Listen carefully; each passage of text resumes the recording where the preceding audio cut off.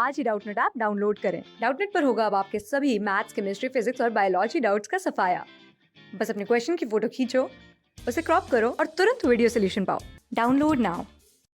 Hello guys, हमारा जो question है इसमें बोला है कि एक प्लैंक है जिसका मास m है, वो एक रफ हॉरिजॉन्टल सरफेस पर रखा हुआ है। ठीक है।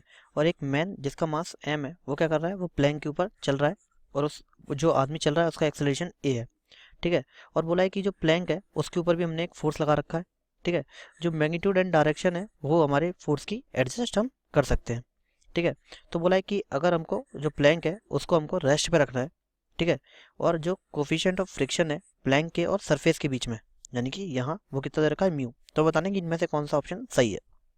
ठीक है। तो हम पहले देख लें कि जो ऑप्शन दिए हैं उनमें मेनली पूछा है कि एफ की मैक्सिमम और मिनिमम वैल्यू क्या होगी, और अगर एफ एम ए के इक्वल हो जाएगा तो फ्रिक्शन लगेगा या नहीं लगेगा। ठीक है।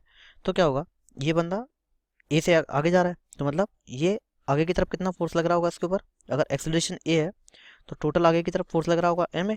ठीक है। और ये फोर्स कौन दे रहा होगा, ये फोर्स दे रहा होगा ये इस पे लगने वाला प्लैंक की वजह से जो फ्रिक्शन लग रहा होगा वो उसको एम ए फोर्स दे रहा होगा। तो अगर इसके ऊपर प्लैंक की वजह से एम ए फोर्स लग रहा है तो ये प्लैंक के ऊपर कितना फोर्स लगा रहा होगा, एम ए। पीछे की तरफ फ्रिक्शन फोर्स एम ए लगा रहा होगा। ठीक है। अब क्या होगा, इन दोनों सरफेस पे क्या आएगा, एक फ्रिक्शन आएगा। ठीक है। अगर हमें निकालना है क्या कि मैक्सिमम वैल्यू ऑफ एफ। ठीक है। अगर हम निकालें, पहली कंडीशन क्या है, एफ मैक्स के लिए। ठीक है। अगर हम एफ मैक्स के लिए निकालें तो क्या होगा कि इस डायरेक्शन में हम फोर्स लगा रहे हैं तो हम बहुत ज़्यादा फोर्स लगाते चले गए तो क्या होगा, हमारा फ्रिक्शन किस तरफ आ जाएगा, पीछे की तरफ। ठीक है। तो पीछे की तरफ हमारा फ्रिक्शन एक्ट करने लगेगा। ठीक है। तो क्या होगा, अगर पीछे की तरफ फ्रिक्शन एक्ट कर रहा है और मैक्सिमम निकालना है एफ, तो कितना जो फ्रिक्शन होगा वो भी मैक्सिमम लगने लगेगा। ठीक है। तो हमारा यहाँ मान लो नॉर्मल, तो जो एफ आर मैक्स यानी कि एफ लिमिटिंग, फ्रिक्शन की लिमिटिंग वैल्यू क्या होती है, एन म्यू, ये हमारा फ्रिक्शन लगने लगेगा। ठीक है। तो यहाँ से हमारी एफ मैक्स की वैल्यू क्या आ जाएगी, जो एफ मैक्स की वैल्यू वो आ जाएगी एम ए, क्योंकि प्लैंक मूव नहीं करना चाहिए तो प्लैंक के जो हॉरिजॉन्टल फोर्सेज हैं वो बैलेंस रहने चाहिए। तो इधर डायरेक्शन में पॉजिटिव एक्स डायरेक्शन में एफ है, नेगेटिव एक्स डायरेक्शन में क्या है, एम ए प्लस इसका फ्रिक्शन फोर्स, इसके फ्रिक्शन फोर्स की वैल्यू क्या है, म्यू इंटू एन।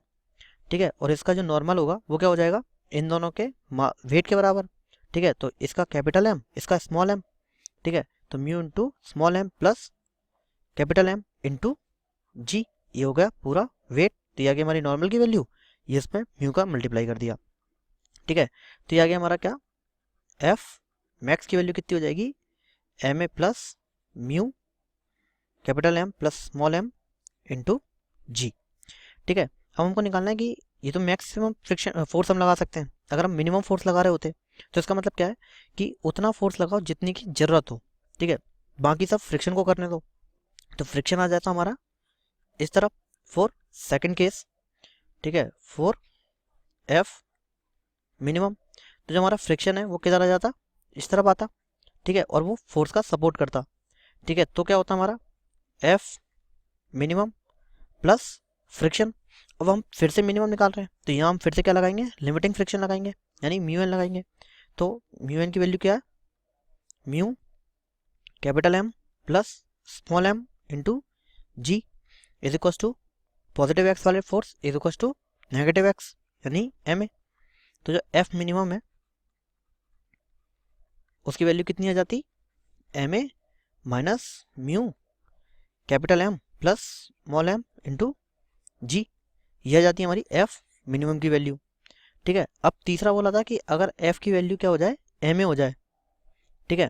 तो यहाँ से हम देखें अगर हमारी एफ की वैल्यू क्या हो जाएगी, एम ए हो जाएगी। दोनों ही केस हम देख लो, एफ की वैल्यू अगर हम एम ए पुट कर देंगे तो एम ए से एम ए कट जाएगा। ठीक है। तो ये जो फ्रिक्शन फोर्स है, ठीक है, इसकी वैल्यू क्या हो जाएगी, जीरो हो जाएगी। ठीक है। दोनों ही केसेस में अगर एफ की वैल्यू क्या हो जाएगी, एम ए के इक्वल हो जाएगी तो फ्रिक्शन फोर्स की वैल्यू जीरो हो जाएगी। यानी कि अगर एफ की वैल्यू एम ए होगी तो जो फ्रिक्शन है वो एक्ट नहीं करेगा। ठीक है। इस प्लैंक पे जो ग्राउंड की वजह से जो फ्रिक्शन आ रहा था वो नहीं आएगा, जीरो आएगा। अब मैच कर लेते हैं। तो पहले को ऑप्शन में दिया है कि मैक्सिमम वैल्यू ऑफ एफ कितनी होगी, M A plus mu M plus M G. ठीक है। यही आई थी हमारी, तो ये ऑप्शन हमारा सही हो जाएगा। दूसरे में दिया है the minimum value of F to keep the plank at rest M A minus mu m plus M G, ठीक है। तो मिनिमम हमारी यही आई थी, तो ऑप्शन सेकंड भी हमारा सही हो जाएगा। तीसरे में बोला है the direction of the friction on the ground due to plank will always be forward, गलत है। जब हम मैक्स निकाल रहे थे तो पीछे आई थी, मिनिमम निकाल रहे थे तो आगे आई थी, तो ऑप्शन 3 हमारा गलत हो जाएगा। ऑप्शन 4 की तरफ बढ़े, तो ऑप्शन 4 कह रहा है कि F equals to M A, then the friction on the man due to plank is also F and friction between plank and the ground will be 0, ठीक है। तो ये हमारा क्या हो जाएगा, सही हो जाएगा, क्योंकि जो फ्रिक्शन इसमें बोला है कि फ्रिक्शन प्लैंक और ग्राउंड के बीच में क्या हो जाएगा, 0 हो जाएगा अगर F की वैल्यू एम ए है तो, ठीक है। और F की वैल्यू एम ए है तो इसके ऊपर जो फोर्स लग रहा था वो एम ए लग रहा था, तो ये भी कितना हो जाएगा, F, मतलब जो प्लैंक फोर्स लगा रहा था मैन के ऊपर वो भी F हो जाएगा, और जो फ्रिक्शन फोर्स है उसकी वैल्यू 0 हो जाएगी। तो ये ऑप्शन 4 हमारा सही है। तो इस क्वेश्चन के हमारे जो करेक्ट आंसर हो जाएंगे वो क्या क्या हो जाएंगे, ए, बी एंड टी। ये जो क्वेश्चन है हमारा वो मल्टीपल चॉइस क्वेश्चन है, यानी कि इसमें मल्टीपल आंसर करेक्ट होंगे। तो हमारे जो करेक्ट आंसर हो जाएंगे वो जाएंगे ए, बी एंड डी।